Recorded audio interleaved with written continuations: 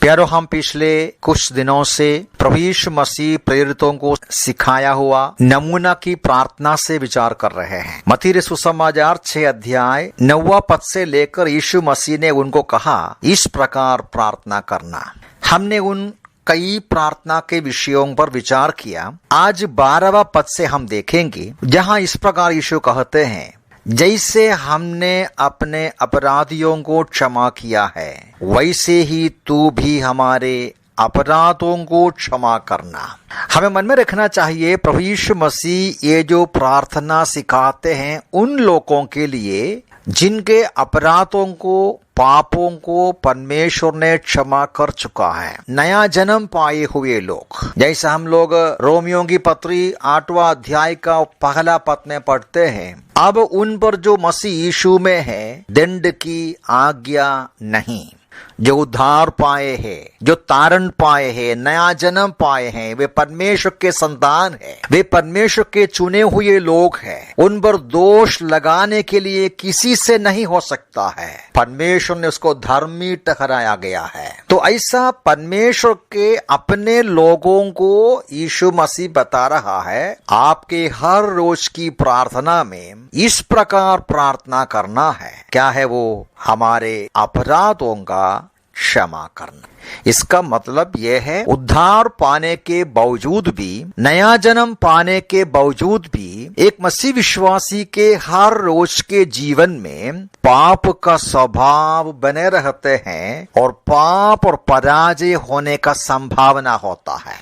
इस बात को हम लोग यूहन्ना की पत्री में पढ़ते भी हैं। यूहन्ना की पहली पत्री उसका 8वां पद में इस प्रकार यूहन्ना लिखते हैं, यदि हम कहें कि हमें पाप नहीं तो अपने आपको धोखा देते हैं, हमें सत्य नहीं। हाँ, ये बात सही है कि कुछ लोग ऐसा कहते हैं कि उद्धार पाया हुआ विश्वासी कभी पाप नहीं करेगा। वो तो गलत विचार है। जब तक हम इस संसार में रहते हैं, जब तक हम इस शरीर में रहते हैं, पापमय स्वभाव हमारे अंदर होते हैं। इस वजह से पाप करने का संभावना है। उस समय जरूर हमें क्या करना चाहिए? पापों की क्षमा पाना आवश्यक है। क्योंकि पाप किसी भी प्रकार का हो, परमेश्वर हमारे बीच में जो संगति का नुकसान करते हैं, पाप हमारा उद्धार का नुकसान नहीं करेगा, पाप हमारे संबंध का नुकसान नहीं करेगा जो परमेश्वर से है। हमारे मन की शांति और खुशी और संगति जो परमेश्वर से है उसको नष्ट कराएगा। आत्मा के हमारे आध्यात्मिक आनंद को वो निकाल देगा। लेकिन इस समय हमें क्या करना है? हमारी कमी कमजोरी को लेकर नीचे यूहन्ना ही कहते हैं, यदि हम अपने पापों को मान ले, पहला यूहन्ना पहला अध्याय का 9वां पद, यदि हम अपने पापों को मान ले तो वो हमारे पापों को क्षमा करने और हमें सब अधर्म से शुद्ध करने में विश्वास योग्य और धर्मी है। प्यारो, हमारा परमेश्वर हमें कभी भी क्षमा करने के लिए, माफ करने के लिए तैयार है। यीशु मसीह का लहू जो सूली पर बहाया हुआ, जैसा 7वां पद में यूहन्ना ही लिखा, उसके पुत्र यीशु का लहू हमें सब पाप से शुद्ध करते हैं। प्यारो, हमें मन में रखना है, हमारा परमेश्वर क्षमा करने वाला, अनुग्रहकारी, दयालु, विलंब से कोप करने वाला, अति करुणामय परमेश्वर है। ये बात को हमारे मन में हम रखना है। लेकिन यीशु मसीह इस प्रार्थना के बीच में कहते हैं, जब आप विश्वासी अपने पाप और पराजय को कबूल करके परमेश्वर से माफी मांगते समय एक आवश्यकता है। वो क्या है? यीशु ने कहा, तुम्हें ऐसा प्रार्थना करना है जैसे हमने अपने अपराधियों को क्षमा किया है वैसे ही तू भी हमारे अपराधों को क्षमा करना। प्यारों, एक परमेश्वर का बेटे का या बेटी का स्वभाव है, ईश्वरीय गुण उसके अंदर होता है। यीशु मसीह के कदमों पर वे चलते हैं। जैसा प्रभु ने प्रेम किया वैसा प्रेम करते हैं। जैसा प्रभु दयालु और करुणामय है वैसा मसीह विश्वासी भी करुणामय और दयालु होते हैं। दुश्मनों से भी प्रेम करने के लिए प्रभु यीशु मसीह अपने लोगों को 5वां अध्याय मत्ती 5 में कहा है। लेकिन दुख की बात है, हमारे जीवन में क्या हम सचमुच में हमारे अपराधियों का क्षमा करते हैं। यदि हम हमारे अपराधियों को क्षमा नहीं कर सकता, हमसे किसी ने कुछ किया, कुछ बोला, हमें लगा कि कुछ किया, किसी भी प्रकार हमें लगता है किसी ने हमारे विरोध में कुछ किया, क्या हम उनसे क्षमा कर सकते हैं, माफ कर सकते हैं? क्या दूसरों के प्रति दयालु और करुणामय हो सकते हैं? ये विषय बहुत महत्वपूर्ण है।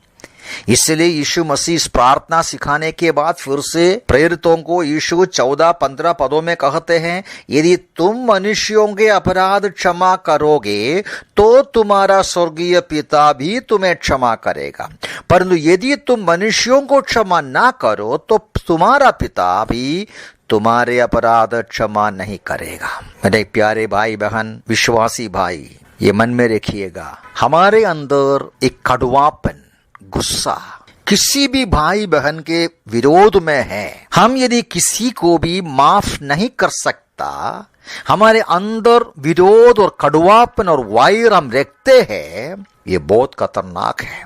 हमें परमेश्वर की क्षमा नहीं मिलेगा, हमारे गुनाहों का क्षमा नहीं मिलेगा। माफ नहीं करने का, गुस्सा का, कड़वापन का स्वभाव ही पाप है। परमेश्वर का दंड हमारे ऊपर आएगा। परमेश्वर का ताड़ना एक पिता के रूप में हमारे ऊपर करते हैं।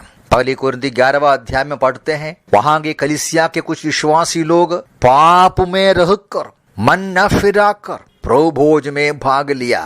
इस वजह से कई कमजोर, कई बीमार, कई मृत्यु का सामना किया। मन में रखे, जब तक हमारे अंदर परमेश्वर की ओर से माफी, क्षमा नहीं मिलेगा, मन के अंदर शांति नहीं आएगा, आनंद नहीं आएगा, और परमेश्वर ऐसे व्यक्ति या व्यक्तियों के झुंड में काम नहीं कर पाएगा, पवित्र आत्मा काम नहीं कर पाएगा। तो एक व्यक्ति का कड़वापन, एक व्यक्ति का क्षमा नहीं करने का स्वभाव का परिणाम उनके जीवन में, उनके परिवार में, उनके कलीसिया में उसका असर होता है।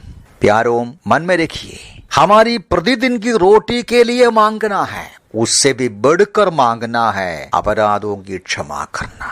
हमारी प्रतिदिन की रोटी जितनी आवश्यकता है, उससे बढ़कर की आवश्यकता पाप की क्षमा है। मनुष्य जाति का सबसे भयंकर परेशानी पाप है। मनुष्य जाति का सबसे बड़ी जरूरत पापों की क्षमा है, परमेश्वर से क्षमा है। प्रभु हमें सहायता करे कि हमारे हृदय में दूसरों के प्रति प्रेम हो, दुश्मनों से भी प्रेम करें, कड़वापन को, गुस्से को हम छोड़ दें। हम अन्य लोगों को क्षमा करने, जैसा परमेश्वर ने हमारे बहुत सारे पापों की क्षमा किया, वैसा दूसरों का क्षमा करे, दूसरों से दयालु और करुणामय हो, और ऐसा एक शुद्ध हृदय, एक शुद्ध विवेक हम पाए, मन में शांति, विश्राम और आपस में अच्छी रिश्ता परमेश्वर के साथ और अन्य लोगों के साथ हमारा हो। प्रभु इन वचनों से हमें सहायता करें। प्रभु के नाम की महिमा हो।